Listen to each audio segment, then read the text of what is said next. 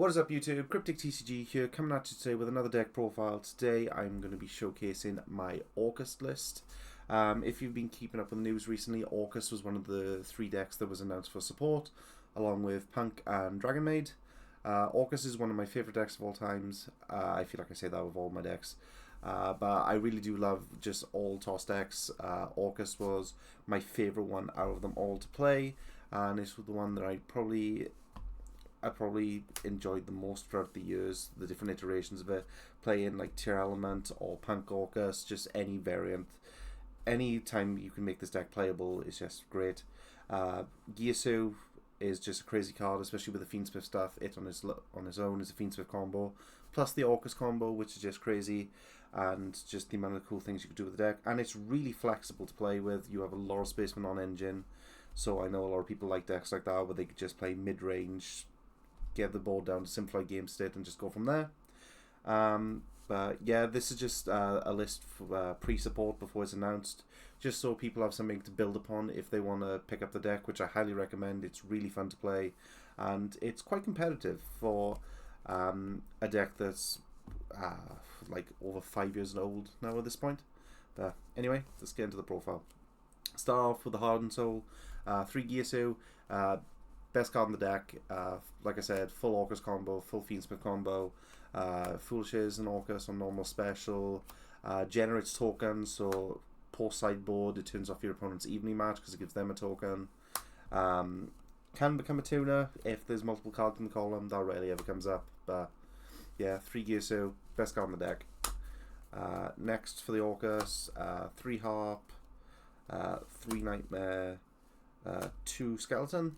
So this is the ratio that I've chosen because 3 Gyusu is just standard. I don't think you'd ever play any less.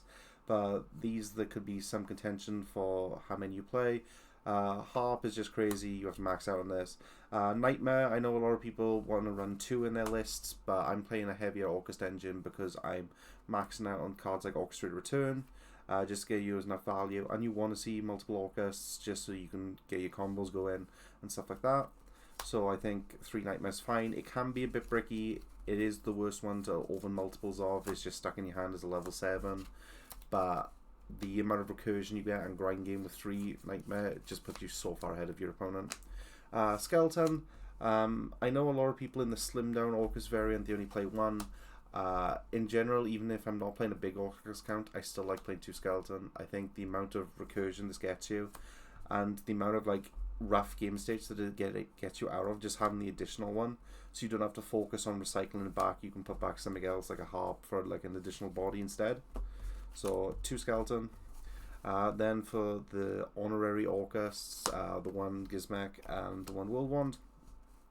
I love Gizmek as a card, especially with the Fiendsmith stuff. So if you've had to like normal summon, say like a harp or a symbol, this is just your second monster. You don't have anything too valuable in the deck that are one-offs. Anything that you do play that would be critical, you play multiples. Banishing 1 does suck. This is probably the only thing, but this is like your only like soft garnet that you don't really want to see anyway. But you kind of forced to play it just to allow you to extend. Also, Gizmek's removal effect on board is just something that does come up every now and then, and it's just a nice option to have for when you want to crack boards. And also, we play some other stuff that synergizes with this that you will see later on. Then next, we are playing the Fiendsmiths, so the 3 Engraver, the 1 Lorry. You can play Lacrima, the Crimson Tier, if you want to, in this ratio as well, which is not a bad shout. I'm just focusing a bit more non-engine than that, and I think this is the most slimmed down version that can get your combos going, but I see no reason why you can't play Lacrima on top of that. Then for the Dark Warriors, we're just playing 1-on-1. Yes, Armageddon Knight is a 3. It's a bit cloggy though because you don't have too many normal summons, because you already have the 3 Gyusu, and technically these are normal summons, and in some game states you do end up normal summoning them. Especially going second, I've normal summoned a harp and then you just crash in to get your Orcust plays going. So just 1-on-1. It's just all you need really. If you had multiple Dark Refa, I could see you playing more of this than this, but I think just the 1 Armageddon Knight is fine. If you wanted to toy around with the ratios and play multiples, you can do. That's perfectly fine. Then for the hand traps, 3 Imperm, 3 Veiler, 3 Ash, 3 Nib, and then the 3 Bestials. Post Rage of the Abyss, you probably will be just playing the new Molchami in the main deck. Granted, it'll be probably a bit more on the expensive side, so if you want to do something for a budget option, you could play Phantasme in the slot instead, or you can just play one of these. But overall, I think these are just the best hand traps in general. I still like Bestials against the Fiendsmith stuff, and against Yubel, forcing them to commit more resources. It just always puts you in a more advantageous position, and I just like Bestials in general to play with. But yeah, so a lot of non-engine you can fit in here, as you can see, and still enough space for engine. Onto the spells. 3 Orchestrated Return. We maxed out on this. We play a heavy Orcust count. This card is crazy, especially if you get to Necroquip in your Fiendsmith line and you hold this, because you get an additional draw for Necroquip as well, because you send the monster for cost to activate this, so that's just another neat synergy that the deck has.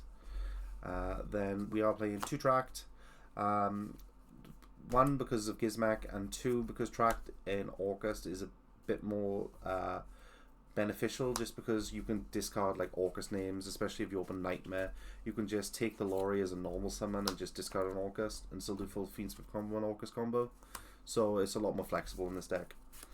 You could play 3 if you wanted to, but I found that a bit too cloggy. I think 2 is just the right number to play, but feel free to test the ratios. Then for the last 3 spells, the 1 Rota, the 1 Foolish Burial, these are just full card combo cards, power spells, and then the 1 Orchestrated Battle to search over the course of your combo. So that's the main deck. I wouldn't change anything about it. I think it's a solid main deck list. Like I said, you can toy around with ratios as much as you want. This is just what I'm currently happy with. Moving on to the extra deck. Start off with the Orcus. 2 Galatea. I think 3 is too much for the extra deck. The extra deck is quite tight, so you have to do some sacrifices. I would like to play a Longiasu in this slot over a 3rd Galatea if I had additional room, but I just had to cut down on things, and that was the most cuttable. But 2 Galatea, you need it for recursion. You can cycle it back if you want to, but I think 2 solid. Then for IP, SP, the Dynamic Duo, used to be Unicorn, now it's SP. Makes the Orcust board a lot better, especially because it's a dark when you get dark locked. The 1 Link Spider, you need this to convert the Giasu token, because Galatea requires effect monsters. Also, Fiendsmith combo requires effect monsters, so this is kind of a forced staple you have to play, and it just takes up an extra deck slot. Then the 1 Zeroboros, we're playing Gizmek, so this is a really strong card. A lot of people underestimate this card when it hits the board, how sticky it is when it just keeps returning back to the board, and it gets really big really quickly, so you have a lot of potential to OTK with this, or just clear boards if you're going against like sticky board states that you just want to clear everything. Then for the Fiendsmith stuff, just standard Fiendsmith. Yeah, the only thing that I rarely ever make is Desiree. I focus more on making Caesar than this, which is here, but overall, yeah, just Fiendsmith stuff. Then for the XCs, 2 Ding. Second one comes up a lot. Yeah, just standard Orcust ratios. And then the last card is 1 Pilgrim Reaper. This card is crazy. The fact that you can access this with the Fiendsmith engine. So even if you brick with all the amount of Orcust names that you have, because you have such a high volume, if you haven't opened any, you're likely to hit 1 within 5 mils. Plus it gives you a peek of what your opponent's playing as well, so which can be beneficial, can be detrimental, but overall I think Pilgrim Reaper is a solid card. And then moving on to the side deck, we are playing 3 Ghost Ogre. This is just for you, Bell.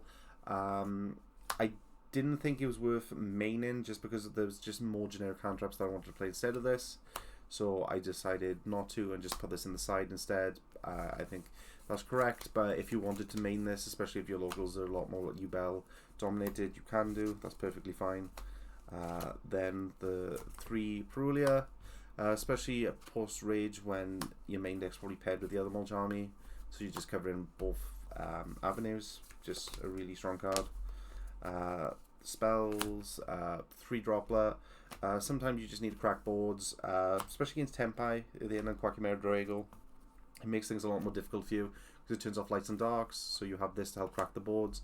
Plus, in Orcust, you get double benefits from this because it puts the names in the graveyard, so you can trigger them. Back row removal, just the 3 Cosmic, the 1 Duster, just standard stuff. I just think you always need Cosmics somewhere in your deck, just because of like stun decks that are running around. And then the last 2, the 1 Crescendo, I did try maining this, I just didn't think it was worth it. I think it's best to just side this for when you know you're going first. Just some extra protection post board, so just a really solid card. Maybe if the new Orcust support allows us to get access to this along with Babel, then you'd consider maining this, but for now I'm just siding 1. And then the last card is the 1 anti-spell. This card should be banned, but it's just a really strong card and you don't really care about it that much. But yeah, that's the list. I'm really excited for the new Orcust support. I hope that it changes the way the deck plays, just to make it a bit more dynamic. What I'm hoping for the support is, I'm hoping for either more stuff to end on the end board, because the basic Orcust combo, while it's a lot of recursion and it's a lot of follow-up and a lot of grind and stuff like that, realistically the Orcust stuff is only just giving you like an IP and maybe a Crescendo and then Ding in the Grave, so it's just not the strongest stuff to commit the board to. Either that or more ways to like search spells and traps, the Orcust spells and traps specifically, just something along those lines. But yeah, that's the profile. I hope you all enjoyed, and I'll see you all in the next video. Peace.